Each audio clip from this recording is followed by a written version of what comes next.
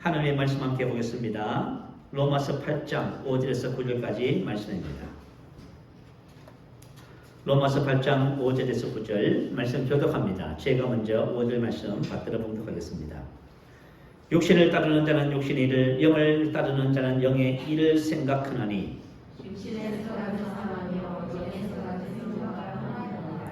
육신의 생각은 하나님과 원수가 되나니 이는 하나님의 법에 불복하지 아니할 뿐 아니라 할 수도 없습니다. 함께 했습니다. 만일 너희 속에 하나님의 영이 거하시면 너희가 육신에 있지 아니하고 영에 있나니 누구든지 그리스도의 영이 없으면 그리스도의 사람이 아니라. 아멘. 자, 오늘 본문 말씀을 근거로 해서 두 종류의 삶에 대해서 말씀을 나누겠습니다. 이와 같은 삶은 믿지 않는 자의 삶이 아니라 그리스도인 안에서 저와 이런 성도들의 두 종류의 삶이 있다는 것을 말해주고 있는 것이지요. 첫 번째 삶의 방식은 육신을 따르는 삶, 그리고 두 번째 삶의 방식은 영을 따르는 삶의 방식입니다. 자, 우리 지난 주일에 새로운 피조물과 새로운 피조물의 삶에 대해서 말씀을 나누었습니다. 자, 새로운 피조물의 삶은 뭘까요? 그것은 바로 영을 따르는 삶을 사는 것이 바로 새로운 피조물의 삶입니다. 오늘 이 두 종의 삶을 함께 살펴보면서 우리의 신앙을 다시 한번 갱신하고 또 저와 여러분이 이 땅에서 하나님의 아들들의 삶을 살아내는 그런 놀라운 은혜와 축복이 있게 됩니다. 자, 첫 번째는 육신을 따르는 삶이에요. 자, 육신을 따르는 삶은 무엇을 말할까요? 자, 첫 번째는 우리 고린도전서 3장 1절에서 3절 말씀 올려주시면 우리 함께 한번 읽어볼까요? 자, 시작.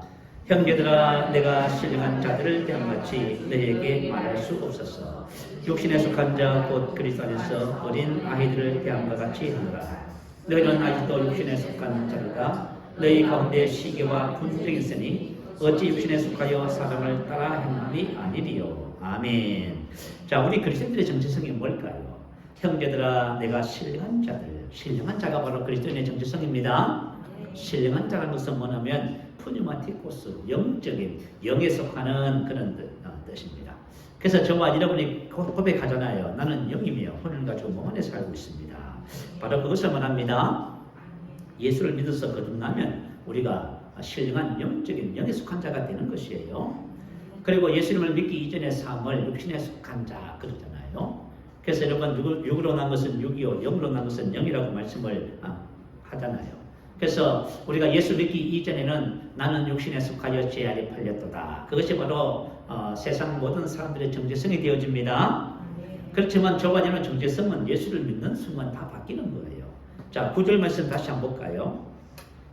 만일 너희 속에 하나님의 영이 있고 하시면 너희가 육신에 있지 아니하고 영에 있나니 누구든지 그리스도의 영이 없으면 그리스도의 사람이 아니라. 자, 하나님의 성령이 우리 안에 가시면 저와 여러분 더 이상 육신이 아니다 그 말입니다. 저와 육신이 아닙니다. 아니기 때문에 이제 과거의 삶을 살아가서는 안 됩니다. 이젠 영이기 때문에 우리가 영으로 사는 것입니다. 자, 이것을 깨닫는다는 것이 참 너무 중요해요. 만약에 저와 여러분 예수를 믿으면서도 내가 누군지도 모르는 거 있잖아요. 내가 누군지 모르니까요. 모르니까 못 살게 되는 것이에요. 그래서 우리 신앙생활의 가장 핵심적인 진리가 뭐냐 하면 예수를 믿는 나는 누구인가에 대한 것을 깨닫는 것이에요. 여기에 대한 깨달음이 와야만 여러분이 하나님의 아들들의 삶을 살게 되어지고 그때부터 영적으로 성장하게 돼 있어요. 그래서 모든 것의 출발점은 바로 여기가 되는 것이에요. 자, 이것을 아는 것이 너무 중요하고요. 자, 육신에 속한 자란 무슨 말일까요? 고린도전서 3장 3절에 기록되어 있지요. 시기와 분쟁이 있으니 육신에 속하여 사람을 따라 행함이 아니리요. 자, 시기와 분쟁이 있다. 자, 만약에 내가 지금 시기하고 있습니다. 그러면 나는 어디에 속한 사람이에요? 육신에 속한. 여러분 영인데 육신에 속해 있는 거예요. 이 시기라고 하는 단어는 제로스라고 하는 단어예요. 인류 사회를 해치는 열정, 비난받아 마땅한 열심. 열정과 열심은 좋잖아요. 그렇지만 경쟁과 논쟁, 시기, 투기 이런 열정과 열심은 나쁜 것입니다. 그래서 시기를 말하는 거예요. 만약에 지금 저와 여러분 분쟁하고 계신다면 나는 뭐에 속한 사람이에요? 육신에 속한 자. 분쟁은 다툼, 분쟁, 불화, 싸움 이걸 말해요. 갈라디아서 5장 19절부터 21절에 보면 육체 일은 현저하니 하면서 다양한 얘기가 나와요. 종교적인 죄가 2가지 나오고요. 성적인 죄가 또 3가지가 나오고 나머지는 전부 관계 불화의 죄입니다. 그리고 이와 같은 것들이니 다시 말하면 성령의 9가지 열매에 속하지 않는 모든 것은 전부 육체의 일입니다. 만약에 저와 여러분 육체의 일을 하면서 살고 계신다면 나는 예수를 믿지만 아직까지 뭐에 속한 사람? 육신에 속한 사람이요.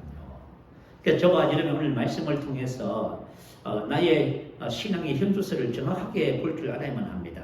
왜냐하면 볼 줄 모르면 벗어날 수 없잖아요.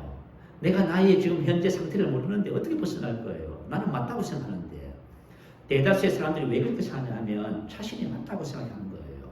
그래서 하나님의 말씀은 우리에게 거울이 되어서 우리를 정확하게 보게 하는 거예요. 그래서 말씀을 듣는 것이 소중해요. 자, 오늘 말씀을 받으면서 저와 여러분의 신앙의 삶이 이제는 더 이상 어린아이 상태에서 머물러 있지 않고 성장하는 신앙으로 나갑니다. 자, 2번째 육신에 속한 사람은 어떤 사람이냐 하면 감각을 따라 사는 삶을 말해요. 고린도후서 5장 7절에 보면 이는 우리가 믿음으로 행하고 보는 것으로 행하지 아니합니다. 자, 우리 그리스도인들의 삶은 믿음으로 행하는 삶입니다. 그 보는 것을 행하는 삶은요, 이 육신에 속한 삶이에요. 본다는 것은 뭐냐? 감각한다. 감각기관이죠. 그죠? 자, 감각을 따라 사는 삶이 바로 육신에 속한 삶입니다. 사람은 오감을 가지고 있습니다. 자, 보고 듣고 냄새 맡고 느끼고 아까 하잖아요. 그래서 오감을 통해서 뭘 하고 있어요? 세상의 다양한 정보들을 받아들이지요. 그래서 그 정보에 따라서 생각하고 말하고 살아가요. 이렇게 살아가는 삶은 전부 육신에 속한 삶입니다. 자, 한 가지 예를 들어서 또 설명을 좀 해드릴게요. 아브라함과 사레. 사실 사레는 65세까지 자녀를 갖지 못했습니다. 자, 어떻게 보면 참 불행한 일이지요. 그런데 남편이 어느 날 하나님께로부터 응답을 받았습니다. 그게 창세기 12장에 나와 있어요. 본토 친척 아비 집을 떠나서 내가 내게 지시할 땅으로 가라. 그리하면 너로 큰 민족을 이루고. 자, 큰 민족을 이룬다는 것은 후손에 대한 약속이지요. 그런데 남편이 기도했는 것 같아요. 기도하다가 하나님께서 응답을 받았습니다. 그래서 얼마나 좋았겠습니까? 그래서 아브라함과 사레가 어떻게 했어요? 본토 친척 아비 집을 가감하게 떠나버렸습니다. 그리고 가나안 땅에 들어갔지요. 그때 아브라함의 나이는 75세였고요. 사레의 나이는 65세였답니다. 그런데 사레와 아브라함은 하나님께로부터 약속을 받고 응답을 받고 기대하고 있었는데요. 창세기 16장에 가면 10년이 세월이 지났어요. 그럼에도 불구하고 사레는 잉태하지 못했습니다. 그래서 아브라함의 아내 사레는 출산하지 못하였고 사레가 아브라함에게 이르되 여호와께서 내 출산을 허락하지 아니하셨으니 원하건대 내 여종에게 들어가라. 내가 혹 그로 말미암아 자녀를 얻을까 하노라 하매 아브라함이 사레의 말을 들었다. 이렇게 나와 있어요. 자, 사레와 아브라함이 보여주는 이와 같은 삶이 바로 뭐라고요? 보는 것을 따라 행하는, 육신을 따라 행하는 삶이에요. 그래서 육신에 속한 삶입니다. 사레가 얼마나 초조했겠습니까? 65세 때 하나님께로부터 남편이 응답을 받았는데 10년의 세월이 지나면서 그죠? 응답을 받지 못했어요. 출산하지 못했어요. 마음이 초조하고요. 얼마나 기대했겠습니까? 그래도 불구하고 그죠? 자기가 출산하지 못한 것을 보면서 뭐라고 말을 했어요? 여호와께서 나로 출산을 허락하지 않았다. 다시 말하면 하나님께서 막았다. 이 말. 그죠? 원망 섞인 비난 말을 이렇게 한 것입니다. 오늘날 우리 사람들이 무슨 말을 해요? 믿어도 소용없네. 이런 말 쓰잖아요. 사례가 하는 말이랑 똑같아요. 믿어도 소용없네. 이런 말.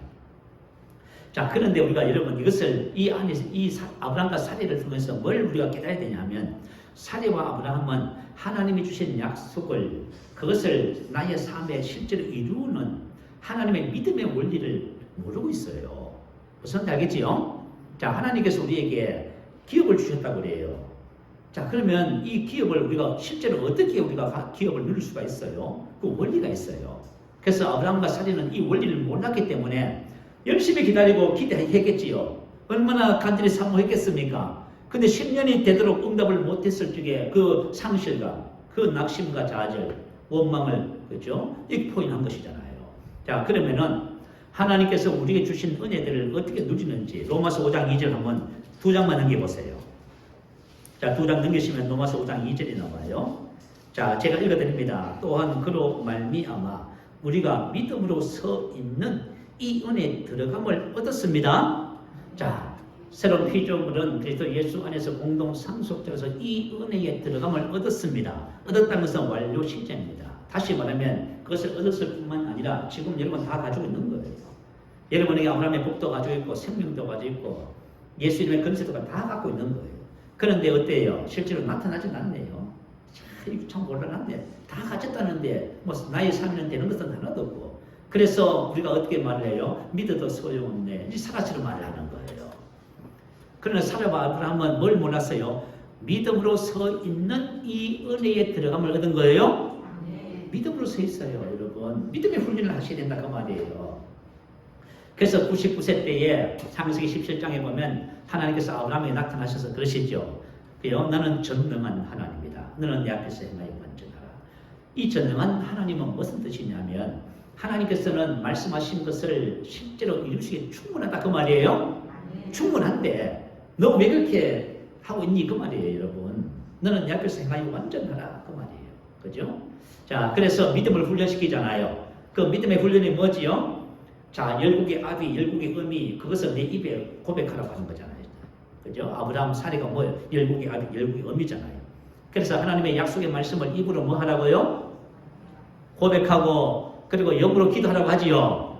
그게 바로, 그요? 믿음을 통해서 하나님의 그 은혜를 누리는 비결이다 그 말이에요. 여러분들이 우리가 신앙생활하면서 이것을 모르잖아요. 여러분 다 갖고 있다 해도 여러분은 아무것도 아닌데 뭐. 다 갖고 있는데 보면 뭐지? 다 갖고 있다면서 하나도 안 나타나는 거예요. 그렇죠?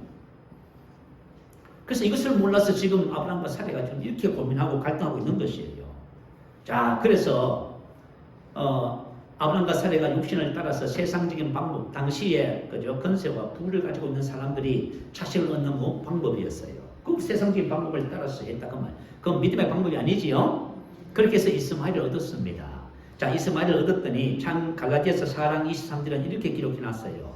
여종에게서는 육체를 따라 낳고, 육체를 따라 낳았잖아요. 그리고 이삭을 낳았을 때는 약속을 따라 낳은 것이에요. 하나님의 약속을 믿음으로 얻었다 그 말이에요. 그래서 저와 여러분의 삶이 만약에 하나님의 말씀을 따라 생각하고 말하면서 취하지 않는 모든 것은 전부 육신을 따라 사는 거예요. 육신을 따라 하나님을 기쁘시게 할 수 없고 하나님의 법에 불복할 수 없다. 본문이 기록하지요. 자, 어쨌든 간에 만약에 저와 여러분의 몸이 지금 연약하고 지금 어떤 곳이 아프다면 여러분 어떻게 하셔요?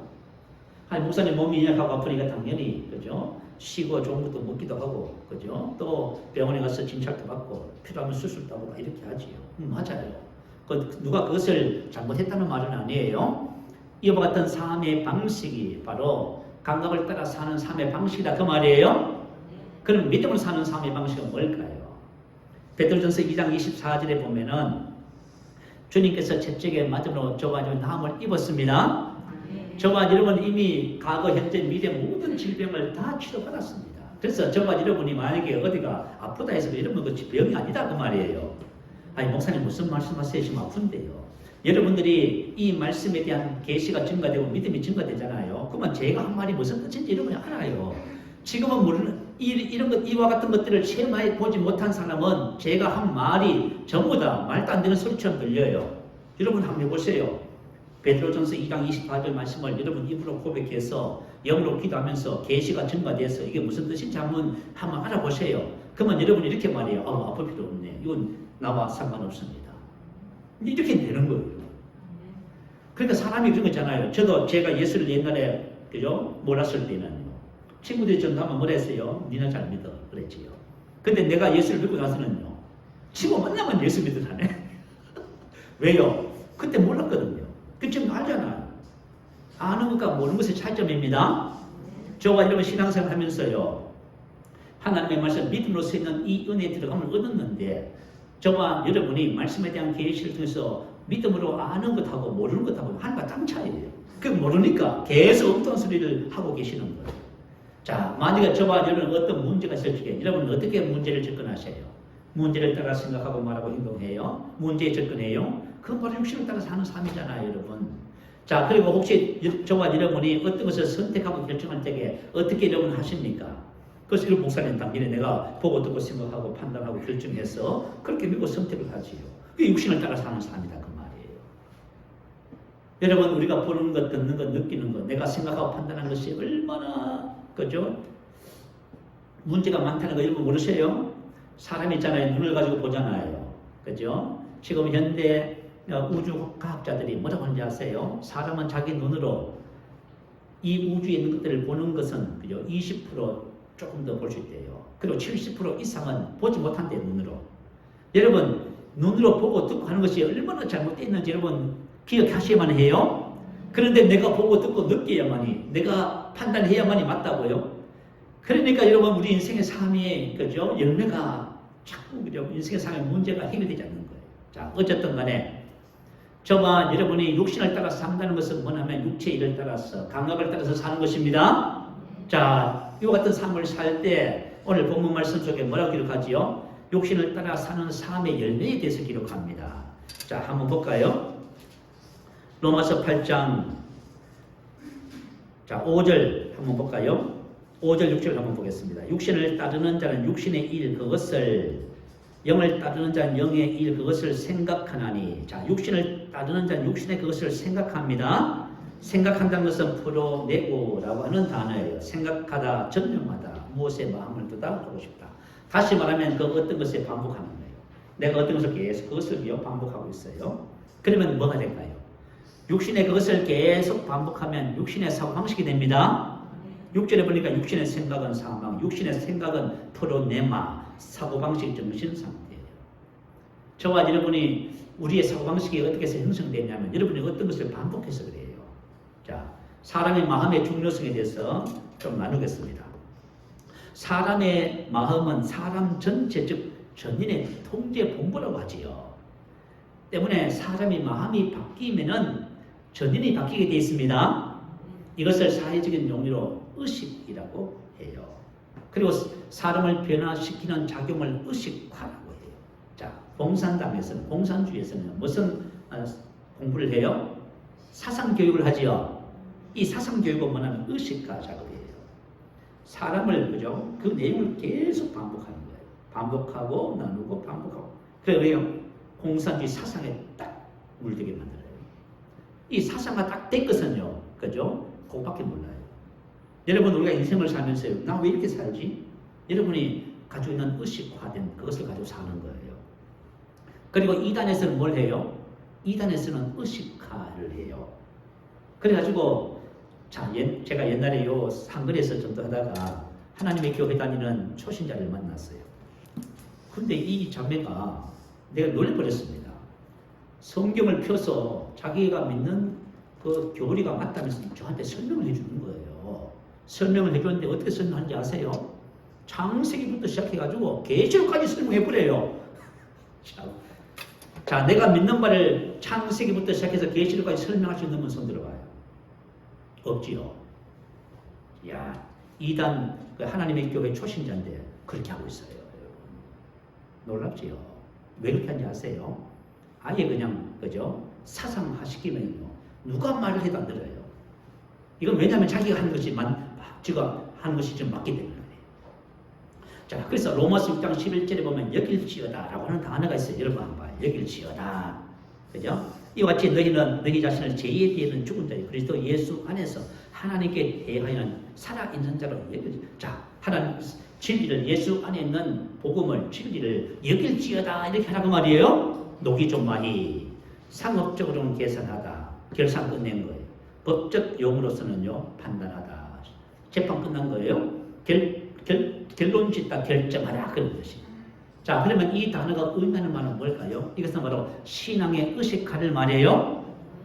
의식화시키라고 말이에요. 저와 여러분 신앙생활을 어떻게 해야 되냐면 복음의 말씀을 여러분 의식화시켜야 돼요. 자, 왜 그러냐면 의식의 구조에 대해서 좀 그죠? 살펴볼게요. 이 프로이드의 정신 분석학에서 의식을 세 부분으로 나눴어요. 첫 번째는 의식이에요. 의식은 우리 외부 세계와의 접촉이죠. 사고 지각하는 것을 말이에요. 우리 오감을 통해서 늘 의식. 지금 여러분 제가 하는 말을 여러분 지금 의식하고 있는 거예요? 듣고 있는 거예요. 그리고 전의식이라고 하는 단계가 있어요. 이것은 기억 장식을 말해요. 저장된 지식. 뭐 은혜 받았다 그 말이에요. 오늘 목사님 말씀 은혜 받았는데. 근데 이게 저장돼 있어야 되는데 어떻게 돼요? 그만 성경 못 났으면 다 잊어먹었다. 이거 곤란하잖아요. 그리고 무의식이 있어요. 무의식. 이것은 뭐냐, 우리 내면 깊이까지 그 지식이, 의식이 쭉 들어간 거예요. 잠재 의식 이렇게 표현하지요. 그런데 이 무의식이 왜 중요하냐면은 모든 심리적 에너지는 무의식에서 생겨난다. 모든 심리적 에너지는 이 무의식에서 생겨나는 거예요. 자, 저와 여러분 지금 살아가는 삶이 있어요. 왜 그렇게 살아가는지 아세요? 여러분 무의식 때문에 살아가는 거예요. 여러분이 은혜 아무리 받아도 소용없어. 성경 공부 아무리 해도 안 돼요. 왜냐하면 옛날 방식대로 살아가 버려요. 왜냐하면 이미 여러분 안에는 잠재의식이 지금까지 인생을 살아오면서 했던 모든 것이 여러분 내면 속에 다 담겨져 있어요. 그것이 우리 인생의 95% 영향력을 끼친다 하지요. 그래 의식은 5%를 증가하죠. 그래 여러분 우리가 은혜 받고 교회에서 우리 은혜 받았다. 저는 우리 성도님들이 은혜 받았습니다 하면 그거 가지고 안 되는데요. 항상 그래요. 여러분 은혜 받는다고요? 여러분 은혜 받아서 뭐 하실래요? 여러분 은혜 그 며칠 갈 것 같아요? 하루? 이틀? 끝나버려요. 안 돼요. 은혜를 받는 것이 아니라 그 은혜 받은 말씀을 의식화시켜야 돼요. 의식화, 무의식화를 시켜야 되는데 이것은 반복밖에 없어요. 자, 요소서 1장 8절에 보면 이 율법책을 내 입에서 떠나지 말게 하며, 자, 이 율법책을 입에서 떠나지 말게 하래요. 주야로 그것을 묵상하여 그 안에 기록된 대로 다 지켜 행하라. 다 지켜 행하다. 행한다는 말은 무슨 뜻이에요? 삶이 바뀌었다 그 말이잖아요. 여러분들이 말씀을 따라 살잖아요. 그럼 여러분 삶이 바뀐 거예요. 부부가 같이 살아요. 내가 하나님의 말씀을 가지고 아내를 대하고 남편을 대해요. 그러면 여러분 삶이 바뀐 거예요. 그런데 이 삶이 바뀌기 전에 먼저 무엇이 바뀌어야 돼요? 여러분 마음이 바뀌어야 돼요. 마음이 바뀌어야 삶이 바뀌는 거예요. 우리는 어떻게 해요? 행동을 바꾸려고 자꾸 잔소리해요. 남편에게 잔소리, 아내에게, 자식에게 자꾸 잔소리해요. 그럼 다시 가는 거예요. 행동을 바꾸기 전에 뭘 바꿔야 되냐? 마음을 바꿔야 되는 거예요. 그래서 이 율법책을 내 입에서 떠나지 말게 하며 주야로 그것을 묵상하여 네가 하나님의 말씀으로 네 의식화가 이 말씀을 사고방식화 의식화시켜서 네 마음이 바뀌면은 삶이 바뀐다, 행동이 바뀐다 그 말이에요. 바로 그거예요, 여러분. 자, 어떻게 보면 우리는 이미 육신의 사고방식을 갖고 있어요. 우리 나름대로 열심히 산다고 해요, 여러분들이. 그렇지만 말씀을 따라 사는 건 아니잖아요. 그러면 육신의 사고방식을 갖고 있잖아요, 그죠? 그러면 육신의 사고방식을 갖고 있는 사람이 은혜 받다 해서 성경 공부한다 해서 삶이 바뀌느냐 하면 안 바뀌어요. 그러면 뭘 바꿔야 되냐면 사고방식을 바꿔야 돼요. 자, 오늘 이 삶이 오늘 본문이 말해주는 것이 뭐예요? 바로 우리 삶을 바꾸는 비밀을 가르쳐주고 있는 거예요. 자, 근데 육신의 사고방식은 뭐라고 하지요? 사망이요. 사망은 그냥 단순히 우리가 그저 죽는다 그런 정도가 아니에요. 사망은 죽음에 이르는 모든 가정을 말해요. 우울, 슬픔, 좌절, 낙심, 갈등, 질병, 가난, 실패 모든 것이 전부 사망에 속해요. 그러니까 우리가 인생의 삶을 살면서 하나님은 저와 여러분이 탁월한 삶을 살기를 원하셔요.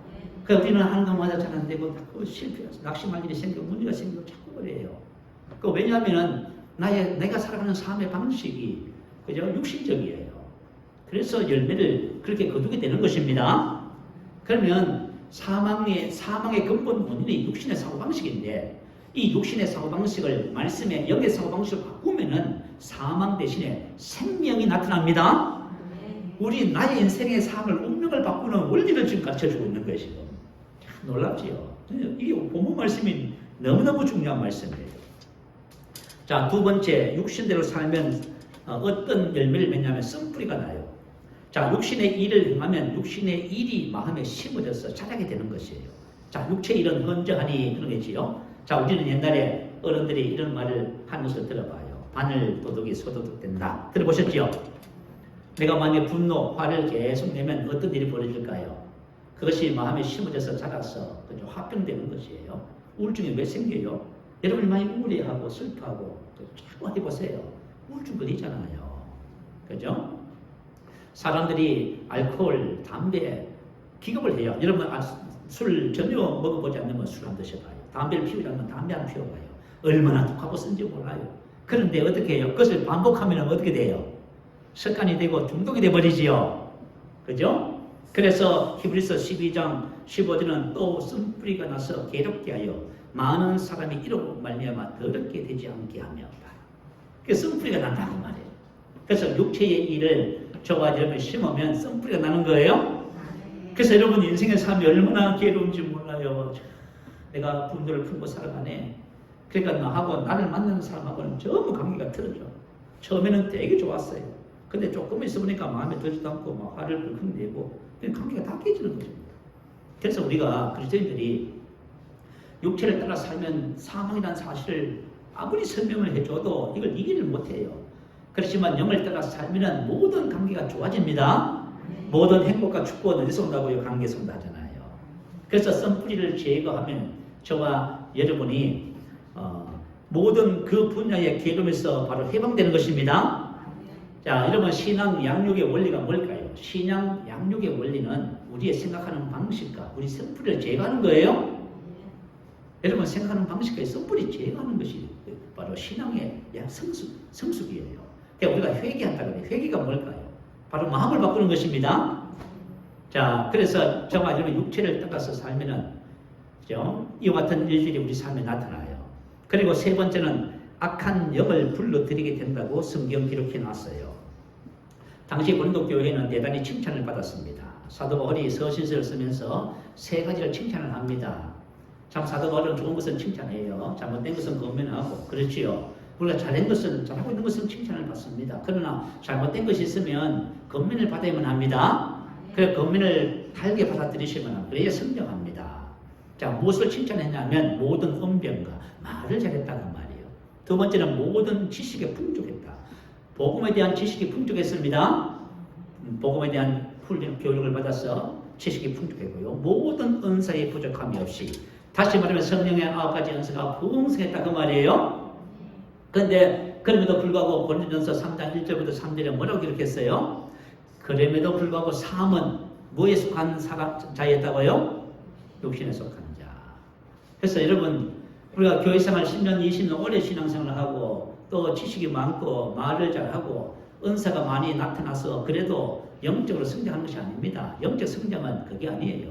영적 성장은 나의 정체성을 알고 내가 하나님의 아들들로 살아가는 삶의 증거예요. 여러분 이걸 이해하지 못하니까 나는 교회 오래 다녔으니까 나는 장로니까 나는 목사니까 성장했다 이렇게 이해를 해요. 그렇지 않단 말이에요. 자, 고린도 교회 성도들은 이와 같은 것들이 풍성했음에도 불구하고 영적으로 성장하지 못했다고 말하면서 영적 어린아이라고 말을 합니다. 자, 이 고린도전서는 고린도 교회의 문제점에 대해서 사도 바울이 권면하기 위해서 기록한 부분들이에요. 자, 어떤 문제를 갖고 있냐면 분쟁과 시기의 문제, 음행의 문제, 세상 법정에 송사하는 문제, 결혼 문제, 우상 문제, 성찬의 문제, 은사 사용에 관한 질서의 문제 등. 자, 왜 문제가 이렇게 많을까요? 여러분 어떠세요? 문제 많은 인생. 문제가 많다. 무슨 뜻일까요? 저와 여러분 그리스도 안에 있으면 문제가 하나도 없습니다. 문제가 많다는 것은 말은 무슨 뜻이냐면 육신을 따라 살고 있다 그 말이에요. 난 목사님 저는 내 인생에 문제가 참 많아요. 육신을 따라 사는 거예요 지금. 자, 이걸 확인하셔야만 합니다. 자, 고린도 교회는 은사도 많고 지식도 많고 말도 언변도 풍성했는데 고린도전서 11장 30절은 뭐라고 기록하냐면 그러므로 너희 중에 약한 자와 병든 자가 많고 고린도 교회 성도들 중에 약한 자와 병든 자가 많다 그 말이에요. 잠자는 자도 적지 아니에요. 뭐 쉽게 이야기해서 죽은 자도 많다 그 말이에요. 자, 어떻게 보면 고린도 교회는 전반적으로 복음의 은혜를 누리지 못하고 있지요. 하나님이 주신 축복을 누리지 못하고 있어요. 자, 지식도 많고 은사도 많은데 왜 그럴까요? 오늘 저와 여러분이 이것을 발견하면 절대로 육신의 삶을 안 살 거예요. 그러나 그리스도인으로서 하나님이 주신 은혜 안에 있으면서도 육신에 따른 삶을 살아가면은 문제들이 발생하기 시작해요. 자, 고린도전서 10장 9절 10절 자, 올려주시면은 우리 같이 한번 읽어볼까요? 자, 시작. 그들 가운데 어떤 사람들이 주를 시험하다가 뱀에게 멸망하였나니 우리는 그들과 같이 시험하지 말자. 그들 가운데 어떤 사람들이 원망하다가 멸망시키는 자에게 멸망했나니 너희는 그들과 같이 원망하지 말라. 그들에게 일어난 이런 일은 본보기가 되고 또한 말씀을 만난 우리를 깨우치게 하여 기록되었느니라.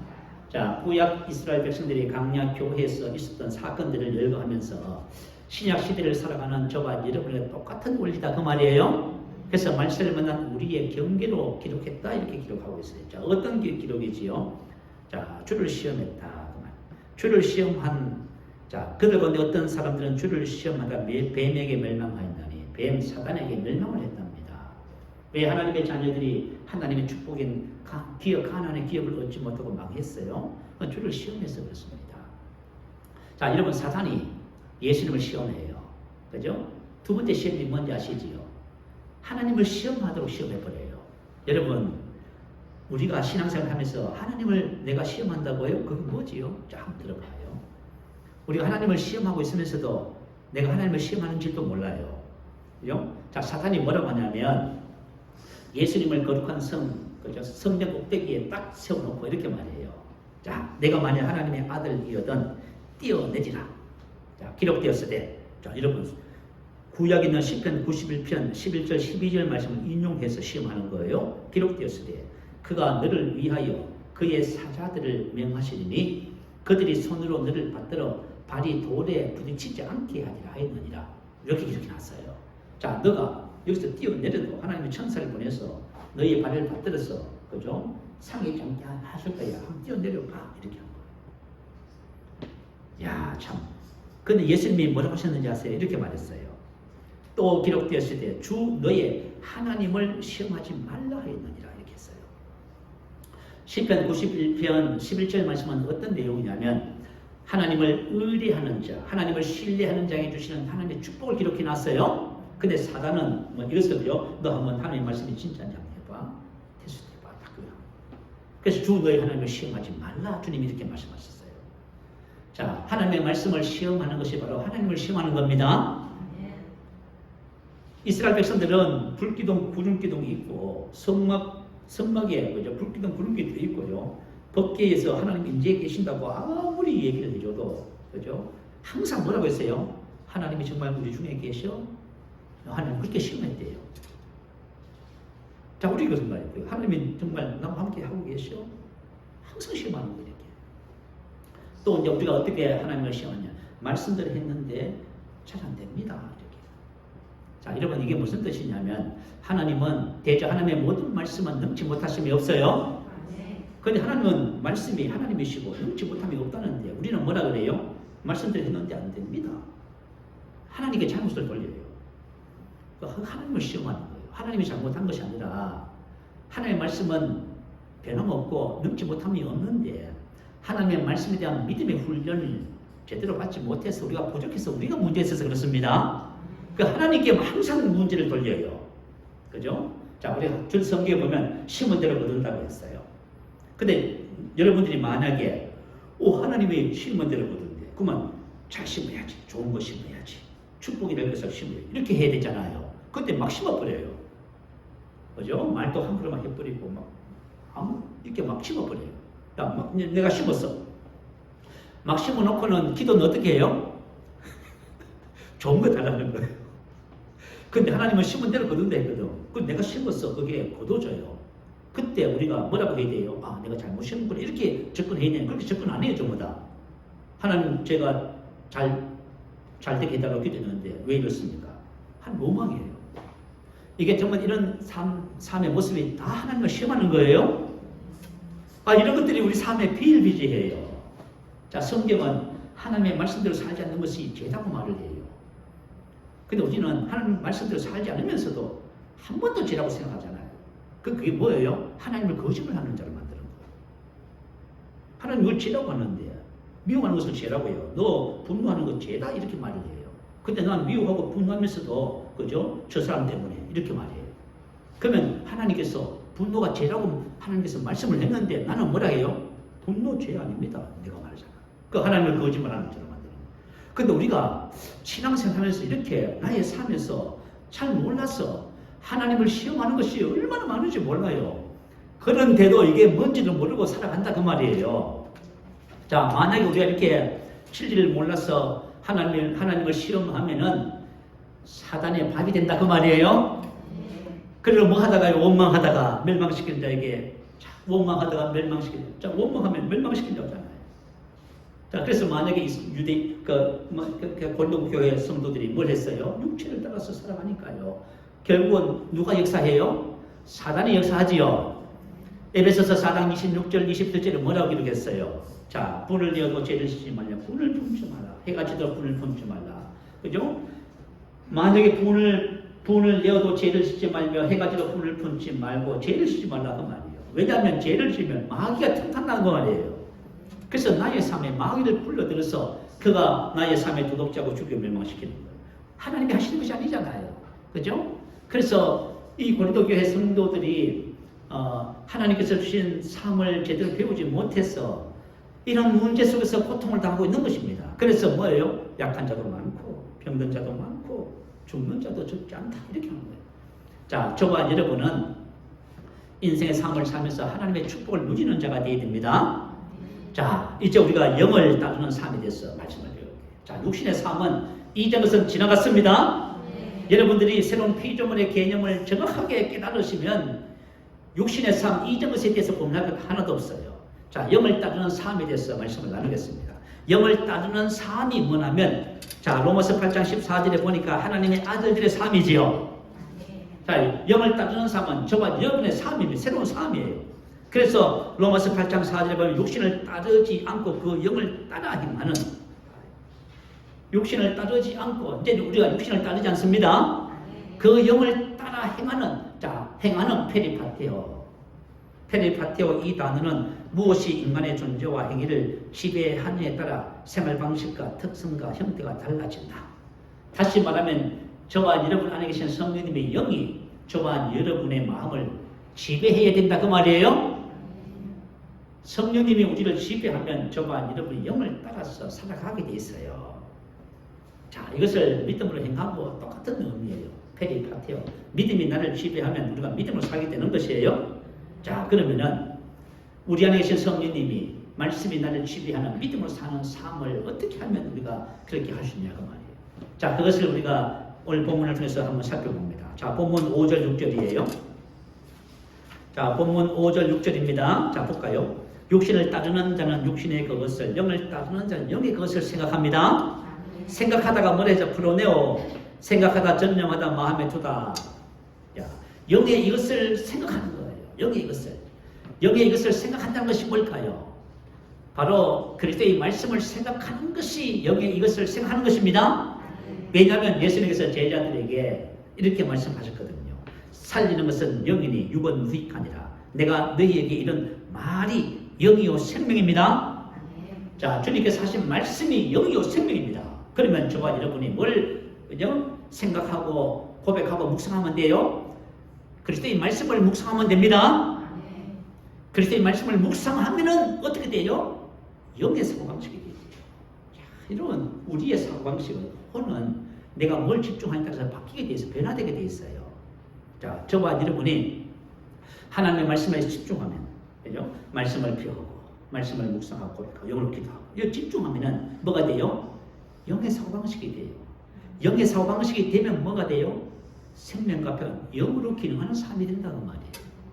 자, 여러분, 영으로 사는 거 어려워요, 쉬워요? 쉬운 거예요, 여러분. 어려운 게 아니에요. 내가 영이잖아요. 영의 사고방식을 갖도록 영을, 그죠? 그리스도의 말씀을 묵상하잖아요. 그러면 저와 여러분이 그냥 영이 나를 지배하는 삶, 그래서 하나님의 아들의 삶을 그때부터 살게 돼 있어요.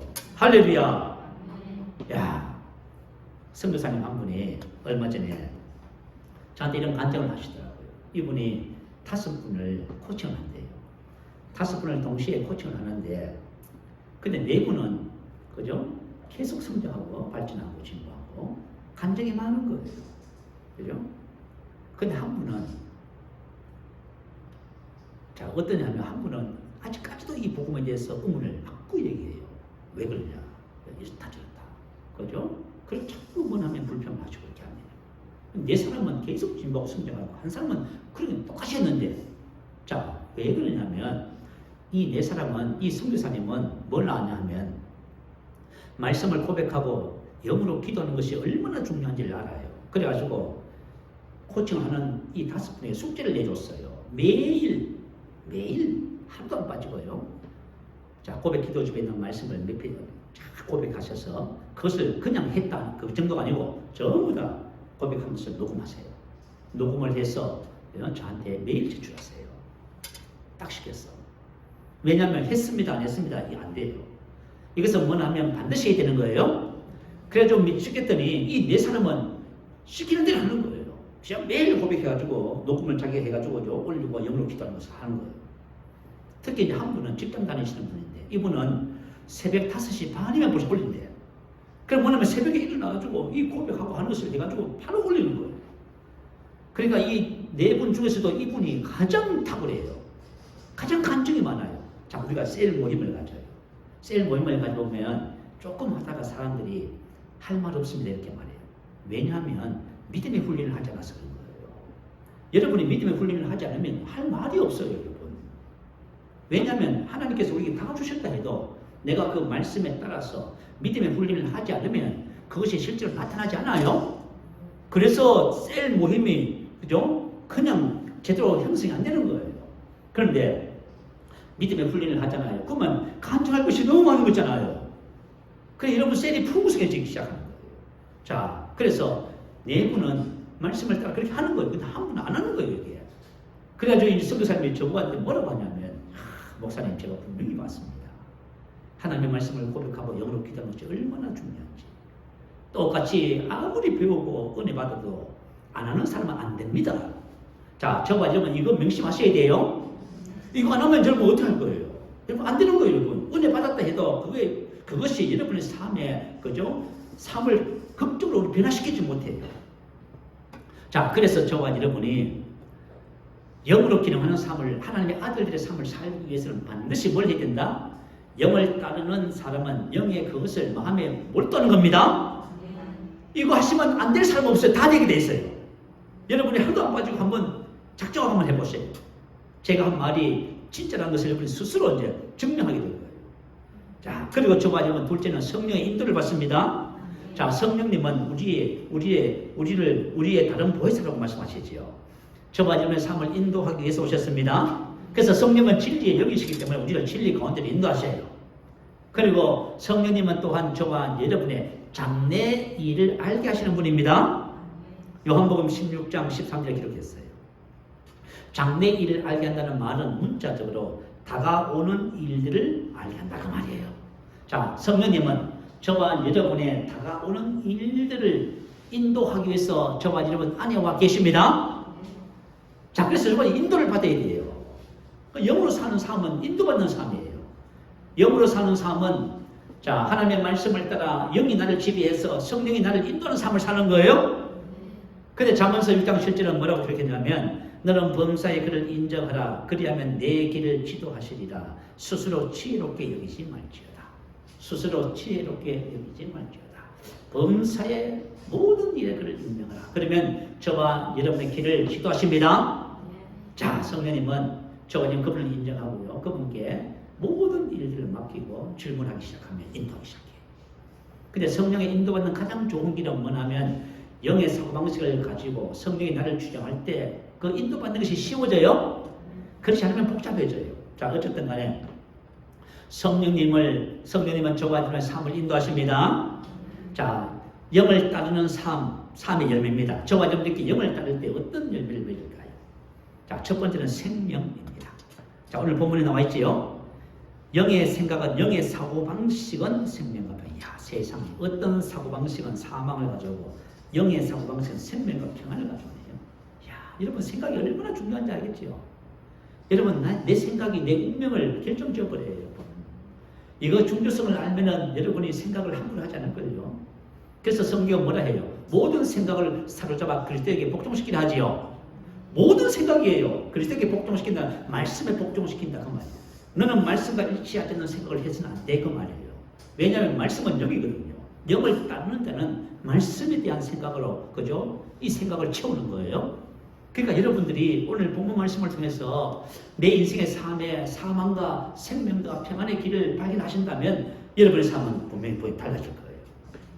자, 생명, 저의 하나님의 생명. 이 말씀의 의미는 하나님의 생명이 나타난다 그 말이에요. 저와 여러분이 영의 사고방식을 가지면요, 우리 안에 주신 하나님의 성령이 나타나요. 할렐루야. 하나님을 하나님 되게 하는 그 생명이 나타난다고 말이에요.